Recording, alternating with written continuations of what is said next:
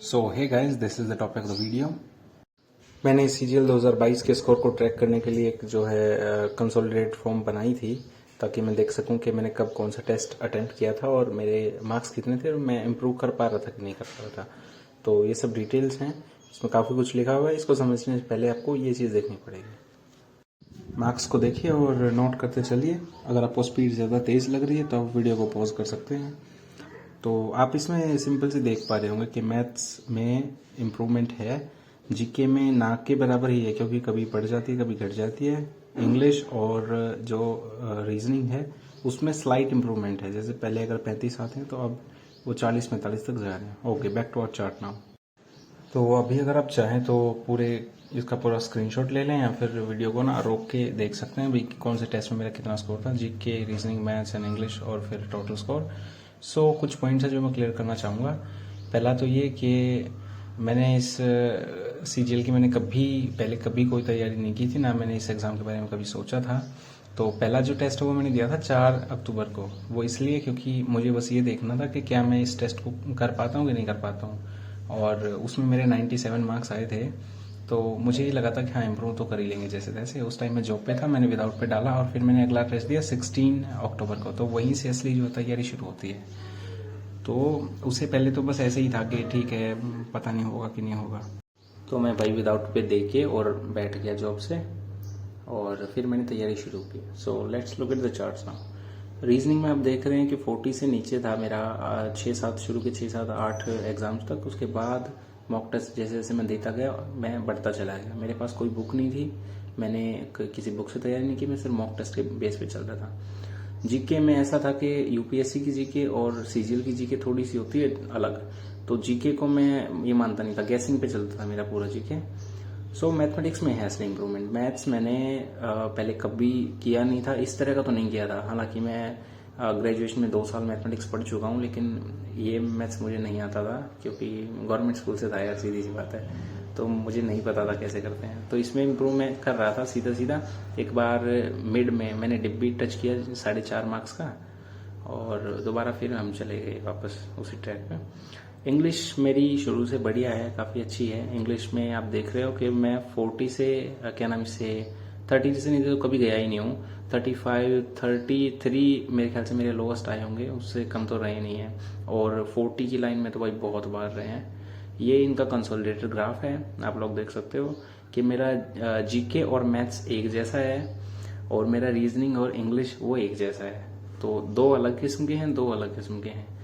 ये स्कोर है जो, ये उसकी इम्प्रूवमेंट का ग्राफ है। आप शुरू के 5-6 टेस्ट में देखो कि मेरा स्कोर 110 से नीचे ही था, कभी ऊपर नहीं गया। और उसके बाद ऐसा हुआ कि एक आध बार को छोड़ के कभी 110 से नीचे स्कोर नहीं आया, ऊपर ही रहा है हमेशा। 158, 155 ऐसा ऐसा स्कोर था। तो फर्स्ट टाइम के लिए मैं ये मानता हूँ कि काफ़ी मेरा जो है वो बढ़िया स्कोर रहा था, और ओवरऑल इम्प्रूवमेंट जो काफ़ी अच्छी खासी थी इसमें। अगर ग्राफ को थोड़ा सा छोटा कर दिया जाए ना, तो ये एकदम ऐसा लगेगा कि भाई x इक्वल टू वाई वाला चल रहा है। और इम्प्रूव मतलब बढ़िया इम्प्रूवमेंट कुल मिला के। स्कोर लो भी हुआ है, काफ़ी हाई भी गया था। कट ऑफ इसमें बहुत कम बार पार हुई थी। अभी बात करते हैं स्ट्रेटजीज की, राइट। सो इंग्लिश की मेरी क्या थी कि मैंने सच बताऊं तो मैंने इंग्लिश के लिए मैंने कभी प्रिपेयर नहीं किया, कम्पिटेटिव एग्जाम्स के लिए कभी नहीं किया। मैंने सिर्फ मॉक टेस्ट दिए और वहीं से मैं करता था। कुछ मैं गैस कर लेता था, जैसे रूट वर्ड वगैरह से गैस कर लिया या कुछ और गैस कर लिया। और कोई बुक मैंने पढ़ी नहीं है। टीयर 1 के लिए मैंने किसी सब्जेक्ट के लिए कोई बुक नहीं पढ़ी। बात करते हैं आपको क्या करना चाहिए। तो आपको इंग्लिश के लिए ना ब्लैक बुक पढ़नी चाहिए, क्योंकि टॉपर्स वही बोलते हैं। अगर आप एकदम जो बिगिनर है इंग्लिश के मामले में, फिर ब्लैक बुक आपके लिए अच्छी रहेगी। उसमें काफ़ी बढ़िया कंटेंट दिया होता है। वैसे मैंने कभी नहीं पढ़ी। पहले जब मैंने कभी सीजीएल के बारे में सुना था तो लोग बोलते थे कि आप नीतू मैडम की बुक पढ़ो या कुछ और पढ़ो। सो नेक्स्ट है कि root words are root for your marks in English. क्योंकि अगर आपको रूट वर्ड्स आते हैं ना, बहुत सारे क्वेश्चंस आप कर लोगे आराम से, राइट। तो रूट वर्ड पढ़ना बहुत ज़रूरी है। उसके बाद है आपने जो भी मॉक दिया है उसको एनालाइज करिए अच्छे से, उसको देखिए कि कहाँ पे आपने क्या गलती की है, और कोशिश करिए कि आप वर्ड्स को याद करें, क्योंकि वही बार बार रिपीट होता है। तो आप किसी बुक से पढ़ेंगे या कुछ और करेंगे, इससे बढ़िया आप जब टेस्ट दे रहे हैं, टेस्ट के दौरान ही उनको याद करने की कोशिश करिए, राइट। टेस्ट के बाद आपको वो चीज़ें काम आएंगी बाद में। एक वर्ड आपने याद कर लिया, आपको ये पता है कि ये ज़रूरी है, वो आ जाएगा। उसके बाद है आप कोई भी इंग्लिश की बुक जो इंग्लिश लैंग्वेज में लिखी गई है वो बुक आप कोशिश करें कि आप डेली बेसिस पे कोई ना कोई इस तरह की बुक पढ़ें, राइट। और किसी एक अच्छे टीचर को आप फॉलो करें इंग्लिश के लिए। कोई भी ऐसा टीचर हो सकता है जो डेली या फिर अल्टरनेट डेज पे भी पढ़ाता हो और उसका आपको समझ में आता हो। सबसे ज़रूरी बात है भाई समझ में आना। उसके बाद है जो नेक्स्ट पॉइंट है वो है कि मैं भी कोशिश करूँगा कि मैं इंग्लिश में जो सिंपल मिस्टेक होती हैं उनके ऊपर कोई ना कोई वीडियो अगर मुझे टाइम मिलता है तो मैं डाल लूँ, क्योंकि यहाँ पे सब ऐसे नहीं है जो 24-25 क्वेश्चंस अटेम्प्ट कर पाते हो या सही कर पाते हो। ओके, बात करते हैं जीएस की। तो मैं यूपीएससी के लिए, हालांकि सिविल सर्विस एग्जाम के लिए प्रिपेयर कर रहा था, तो मैंने एनसीईआरटीज थोरोली पढ़ी थी, काफ़ी पढ़ी थी, लेकिन वो मैंने पढ़ी थी 1 साल पहले। तो ये ज़रूरी नहीं है कि वो मुझे याद हो, ठीक है। तो ऐसा था कि चल जाता था, और मैं गैसिंग, जीके में मैं गैसिंग बहुत करता हूँ और मेरा जो है वो सही होता है। अभी आपको उसमें क्या करना है, अगर आपके पास टाइम है तो आप एनसीईआरटीज को पढ़ सकते हैं। मैं ये बिल्कुल नहीं बोलूँगा कि आप उठा के अभी बैठ जाएं, आपको 6 महीने लग जाएंगे एनसीईआरटी कंप्लीट करने में। उसके बाद आगे आप कंसेप्ट को बिल्ड करिए, डेट्स को नहीं। आपको तुक्का लगाने में ना हेल्प हो जाएगी अगर आप ये करते हैं तो। उसके बाद है अपने हर मॉक को आप एनालाइज करिए, जो इन्फॉर्मेशन है उसको याद करने की कोशिश करिए, या फिर कम से कम हॉट टॉपिक को पहचानिए, वो रिपीट होता है। आप परमार एसएससी नाम से यूट्यूब चैनल देख सकते हैं, वो जो सर हैं वो काफ़ी बढ़िया पढ़ाते हैं। आप किसी भी एक टीचर को फॉलो करिए जिसका आपको समझ में आता है। एंड द लास्ट टिप, आप चैनल को सब्सक्राइब कर सकते हैं, क्योंकि यहाँ पे जीएस की गैसिंग की भी ट्रिक्स आ जाएंगी और जीएस को हम कुछ कंसेप्ट भी देख लेंगे कि भाई कैसे हम लोग जो है याद कर सकते हैं। अभी बात करते हैं थोड़े हॉट टॉपिक्स की।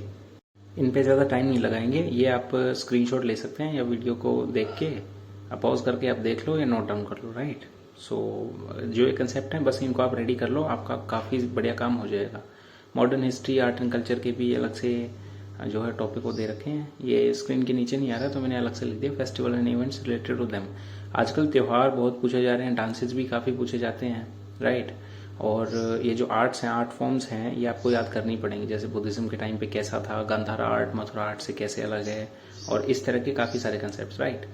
अभी बात है रीजनिंग की। सो रीजनिंग भी किसी बुक से या किसी वीडियो से मैंने नहीं किया, मैं मॉक टेस्ट देता गया, मुझे पता चलता गया कि सवाल को कैसे देखना है, कैसे अटेम्प्ट करना है और ये सवाल निकलेगा कैसे, राइट। अभी आपको क्या करना है, आपके ऊपर बात कर लेते हैं।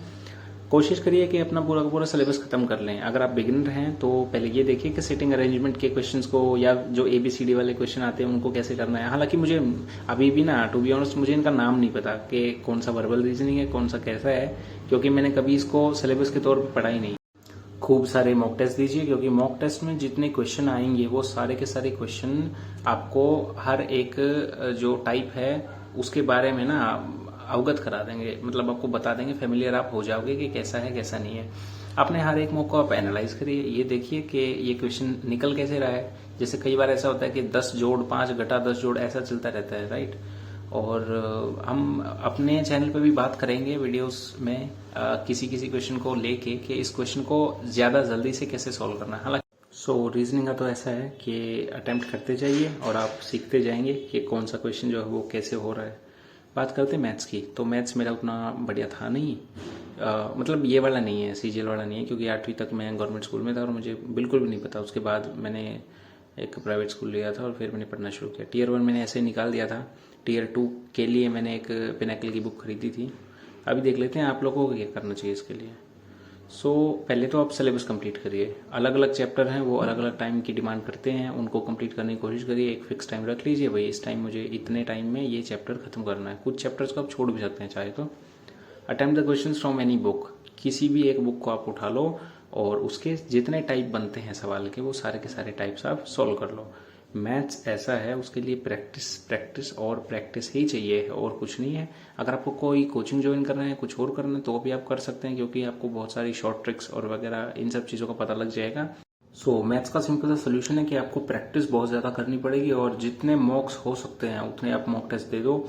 और अगर आपका कम स्कोर बनता है तो भाई डरना नहीं है। मेरे भी 4 नंबर 7 नंबर बनते थे तो मुझे भी ऐसा लगता था शुरू में डर। सो गाइस, हर एक बंदा जो है वो अपने आप में यूनिक होता है, तो भाई ज़रूरी नहीं है कि जो स्ट्रेटजी मेरी है वही आप लोगों के काम आए। आप 15-20 दिन आराम से पढ़ाई लिखाई करके ये देख सकते हैं कि आपको क्या चीज़ सूट करती है। सो दैट्स इट गाइस, अगर आपको वीडियो अच्छी लगती है तो आप चैनल को सब्सक्राइब कर सकते हैं। सो गाइज, अगर वीडियो पसंद आती है तो वीडियो को लाइक करिए और कमेंट में बताइए कि आगे आपको और किस चीज़ के ऊपर वीडियो चाहिए।